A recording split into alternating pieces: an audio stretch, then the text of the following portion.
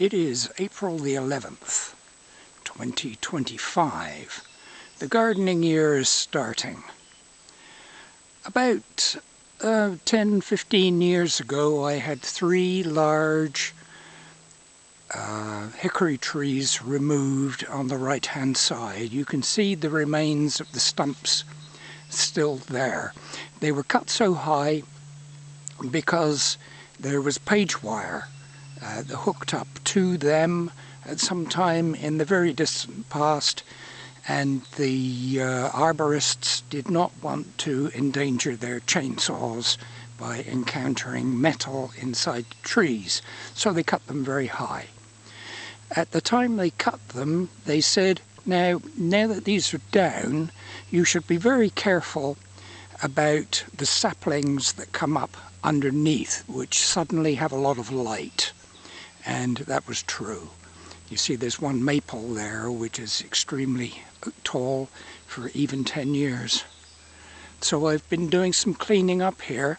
The whole concern is that I don't want them to get so large that they threaten my solar arrays. There have been a number of trees along my driveway here which have become dangerous or dead or otherwise need cleaning up, and so I have a lot of collection of dead wood to clean up for the wood stove. Okay, that's the end of part 1 of this report. Part 2, of course, is what to do with all of the brush which has been collected now. Of course, a chipper is one alternative, but I'll try and find another way of dealing with these branches. They can be an issue if ever there was a grass fire around here. Part 3 is a quick review of the state of the garden this early in the spring. We're still having frosts overnight, and there is some sign of growth, as I will show you in a few moments.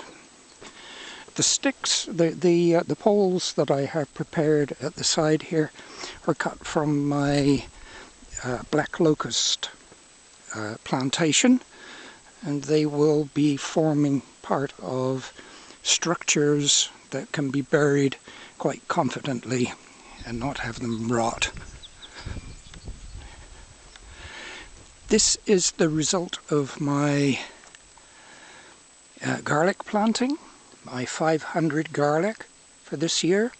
Came up very nicely, thank you very much. Lots of weeds here to be dealt with, but that's okay. Rhubarb. Rhubarb is starting to show some signs of growth. There's one right there. Starting to turn red. Thank you very much. Yep, there's another leaf appearing here. We shall soon have rhubarb. I am in the middle of moving some asparagus around. This first row comes up very thick and gratifyingly, and I have transplanted out a few of those to go into this line, which is in need of boosting a bit. So here are my pieces ready to go in. Boy, do they ever take some digging.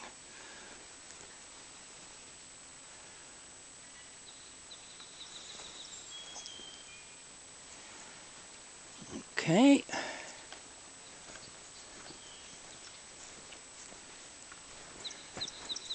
And what we see here at the end is I have removed that willow that was sitting right there. I don't want him getting so big that he's going to take over the garden. So I've moved the willows down to an area at the bottom of the garden where it gets damp. Perfect location for willows. This is what remains of the peppers that I haven't had a chance to clean up yet. That'll happen today. These holes here are the result of carrots that used to be there last year and have been cleaned out by the voles. The voles will have to starve this year, I'm afraid. It looks as though they've been trying to eat some of the frozen roots already. But they're going to have to look elsewhere for food, I'm afraid.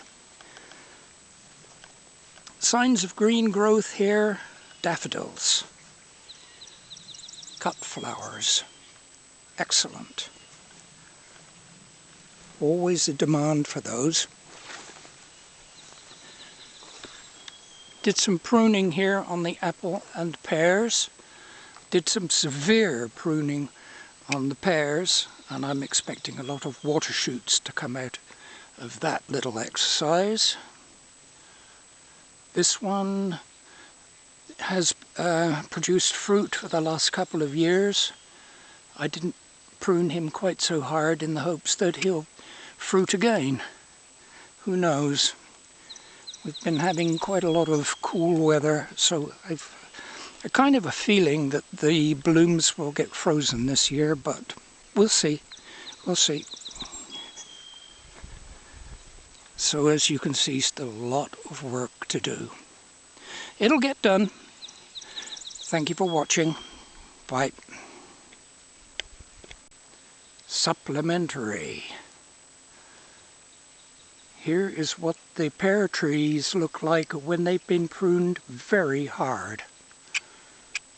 I felt guilty about that, but unfortunately they really needed it. I will need to do a lot of water shoot cleaning when those start springing to life. You can't kill a pear tree. Should have done something with these apples, but it's a bit late now.